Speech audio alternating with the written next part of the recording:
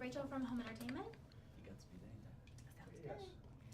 So can you talk about how your character evolved from the first film? So I had worked with both Mr. Washington and Mr. Fuqua in prior things, and then I was invited in to be in the first Equalizer. And there wasn't a lot in the film about Susan. There was a lot of discussion with Mr. Fuqua and Richard Wenk, the writer, of who is she and what is this relationship and what is the, sort of surprise that, no, he's not here to see Pullman. He's here to see the little lady getting out of the helicopter from the first one. But kind of left a bit mysteriously, I think, on purpose in the first one.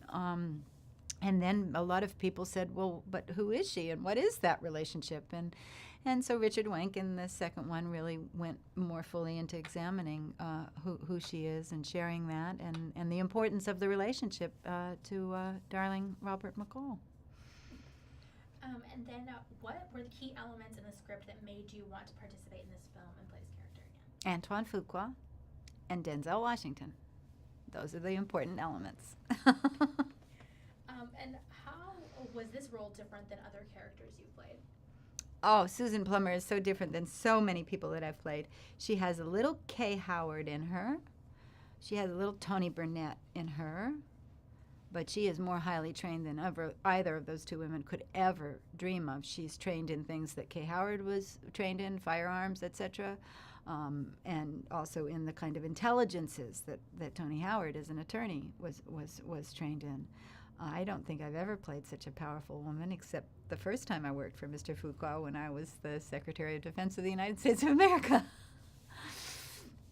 And then, so how did Antoine help you fully realize your character?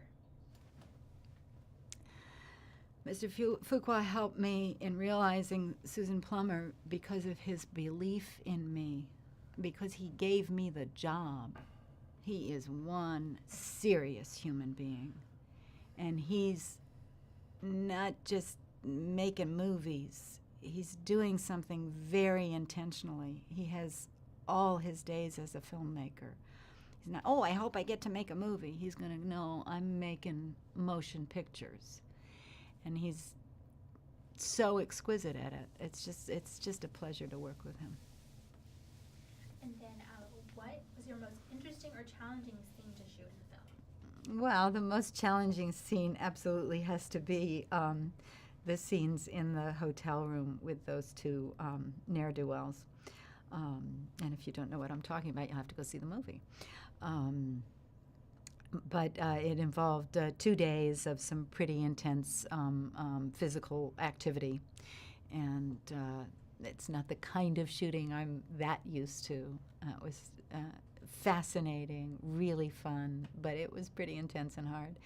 But it's not like in other jobs where there's all kinds of frustrations and some of the people you're working with are really not quite up to the task, and happens so much these days. On a Fuqua set, you can really rely on the people he's hired to be there working with you.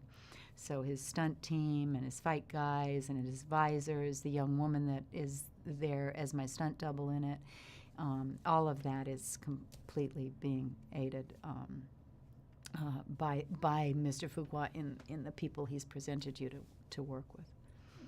And then if you could choose to go back in time and play any role in film history, what film and character would you choose? I would be one of those ladies walking out of the factory in the very first film.